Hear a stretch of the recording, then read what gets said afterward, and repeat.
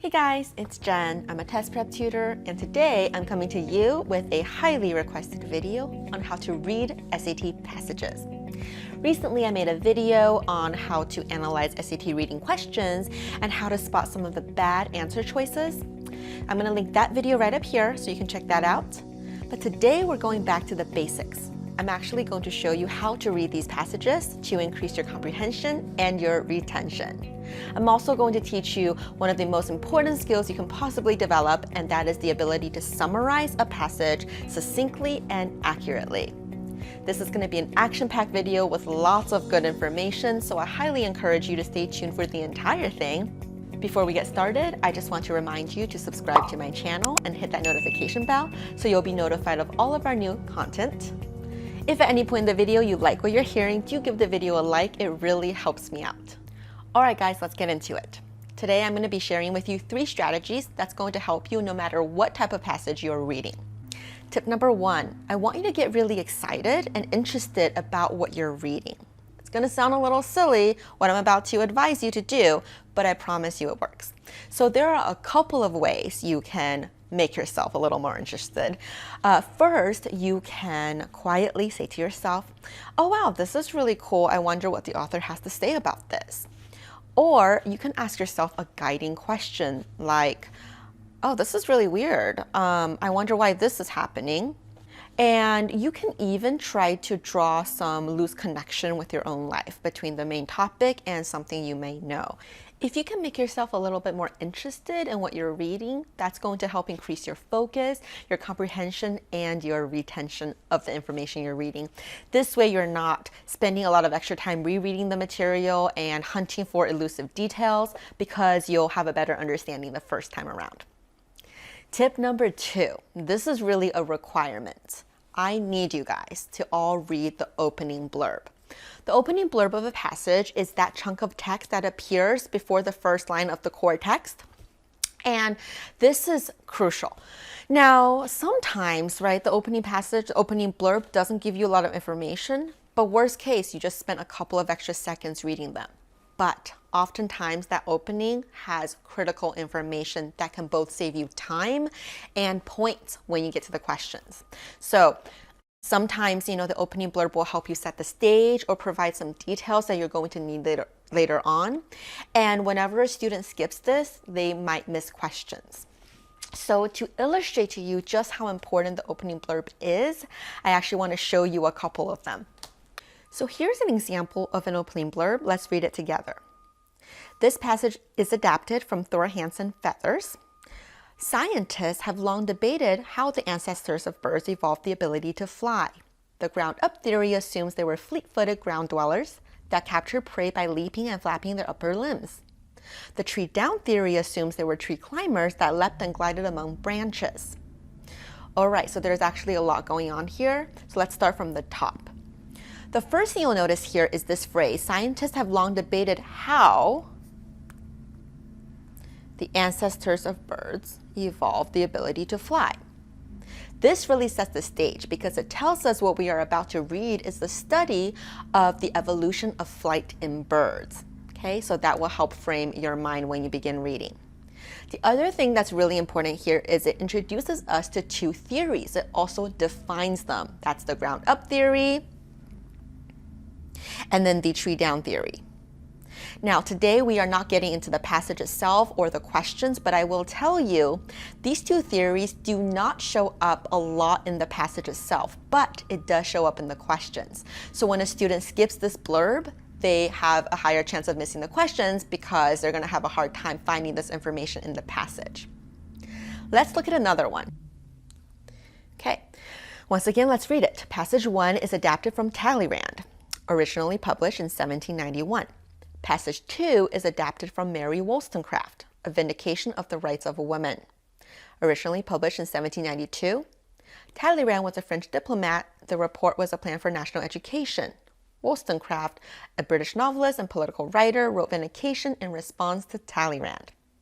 Alright guys, if you are a history buff, then you may know Mary Wollstonecraft. She was the mother of Mary Shelley, who wrote Frankenstein.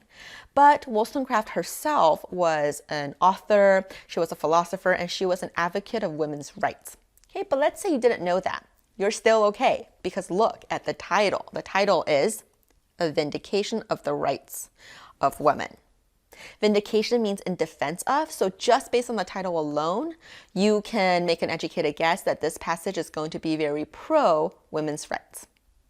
Okay, but what else do we know? There's another critical piece of information here that's very telling. Okay, can you see it? It's this last phrase right here, vindication. She wrote it in response to Talleyrand. Why is that so important? So on the SAT, when you have two passages, chances are the passages are going to differ in their perspectives, at least somewhat. Sometimes they're going to be in direct opposition, but at the very least, there's going to be some point of disagreement. It could be a little bit more nuanced. Why? Because College Board doesn't typically give you two passages that just sing praises to each other. That's just not how it works. So in this case, we have a direct response to another passage, which is a very close relationship. So if you know Wollstonecraft, her passage is going to be a little bit more pro women's rights, then you can deduce that possibly Talleyrand is going to be a little bit on the opposite end of the spectrum. This is an assumption. This is my conjecture. Do not set this in stone just yet. But this does give me a good framework to work off, and it helps guide me as I read. Hopefully, guys, I've convinced you of the importance of reading the opening blurb. Just do it. Trust me, it's going to save you. All right, guys, let's move on to tip number 3. I've said so many times before how important it is for you to learn how to summarize passages. Well, today I'm going to give you the tools on how you can practice doing this. I'm going to teach you a process called the Morse Code note-taking method. This is the brainchild of somebody named Cal Newport, who is a professor at Georgetown University. He's a prolific author and an avid researcher of all things related to study techniques, note-taking methods, and everything that will help you become a superstar student. So his method is really cool. It has 3 simple steps, and it works really well, especially for written text, just like the kind you get on the SAT. So the first step in this Morse code method is you are going to read a passage from the beginning, and next to what you feel to be the main point, you're going to put a little dot, and next to whatever you feel like is a good support for that idea, you're going to put a little dash. The idea behind this is that when you read, you are in a flow state, and that's where you want to stay. You don't want to interrupt yourself. And when we do the traditional note-taking where we write in the margins or we highlight or we underline, that action can actually interrupt our focus a little bit. But these dots and dashes are so tiny. The gesture to make them is also very small and quick. It does not interrupt your flow.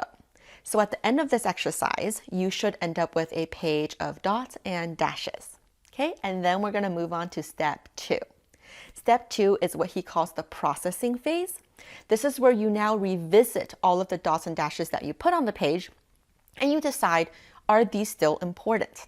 For the ones you feel that are still important, you are going to write a quick bullet next to it, paraphrase in your own words.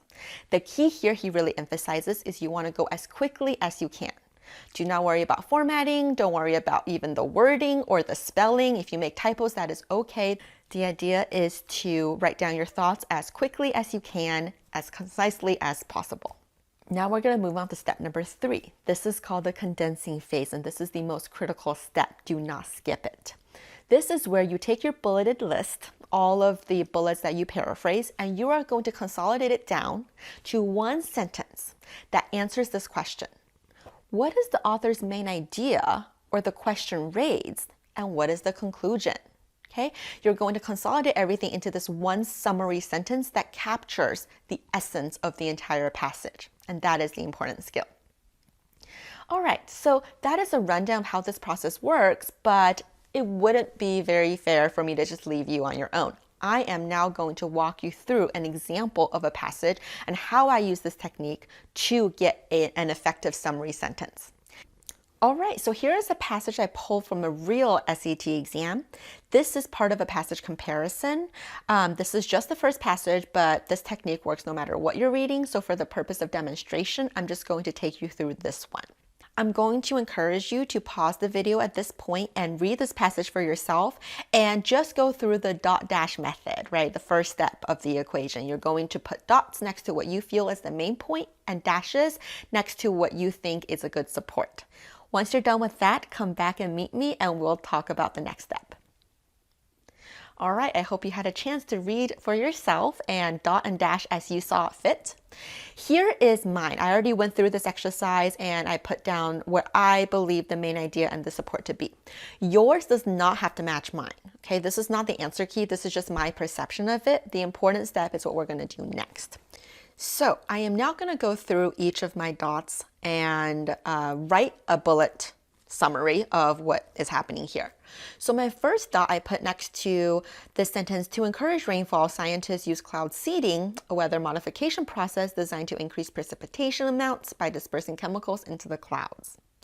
All right, so here, because it's a definition, I think it's very important. So I'm going to summarize that with cloud seeding equals artificial precipitation. All right, so there you go. That's it. Moving on to my next bullet here. Okay, reading that sentence, but research now reveals the common practice may not be as effective. All right, so this is a turning point. This is where we combat an earlier belief. So I'll write seeding, not effective. That's, I think, a good enough summary there. Okay, so then I come upon my first dash, which is what I felt to be a good support. So let's see what's going on here. New findings from all of these people have dispelled the notion that cloud seeding is an effective mechanism for precipitation enhancement. Okay, interesting. I don't feel like this warrants another bullet because my seeding not effective already encompasses this idea. So essentially, I just boiled this entire paragraph down to 3 words. Okay, let's move on. This next dash I have here, what's going on here? Oh, so they studied 50 years worth of data on cloud seeding with an emphasis on rainfall amounts in certain areas. So to me, this whole paragraph is talking about their research method, what they used in their study to support their finding. Well, I'm going to say study, use, stats, data. Okay, so they use a lot of numbers, data and stats to support their findings. So that's great. That's all I needed to write there. Moving on to this next bullet point, this next dot, which tells me I thought this was a main idea. Why did I think that? Well, for the first time, we were able to explain increases through, because this is the first time we're told officially what the result, what the finding was. Okay, so here I'll say more rain from weather, not seeding. And you can shorthand this as long as you understand what you're writing, right? Then you're good because this is just for you. So I'll write more rain from weather, not seeding, because this is the finding where they saw that seeding was not actually responsible for the increased rainfall. Rather, it was weather patterns. Okay, one more. What's going on here? I have a dash next to this idea. Oh, so this is an example that supports the idea I just put down. Okay, where they said cyclone was responsible as opposed to seeding. So I'm not going to get into the nitty gritty and summarize the example, because if we get a question about the example, I can just come back to this paragraph and figure it out then. For now, all I have to note is most convincing example, just to give myself a clue later on where that example was. It was right here. All right, so last step. This is the condensing or the summarizing. I'm going to come up with a 1-sentence summary using my bullets. So here, looking at what I wrote down, I might write research, use this stats to show seeding, not effective, not as effective as once thought. How about that? Research uses stats, okay, because that's what they did. They relied heavily on data to support the finding that seeding, cloud seeding, which was artificial precipitation, is not as effective as scientists once thought. I think that sums it up pretty well. So do you guys see how this works? After all of that, I was able to boil this whole passage down to just 1 sentence. All right, guys, I just gave you all the tools you need to become really boss at summarizing SAT passages. This will help you increase your comprehension and your retention. I really hope you found this helpful. And if you did, please give the video a like and share it with your friends. Also, do not forget to subscribe to my channel. This will really help you stay on top of all of my SAT tips and strategies. Thank you guys for watching, and I will see you next time. Bye.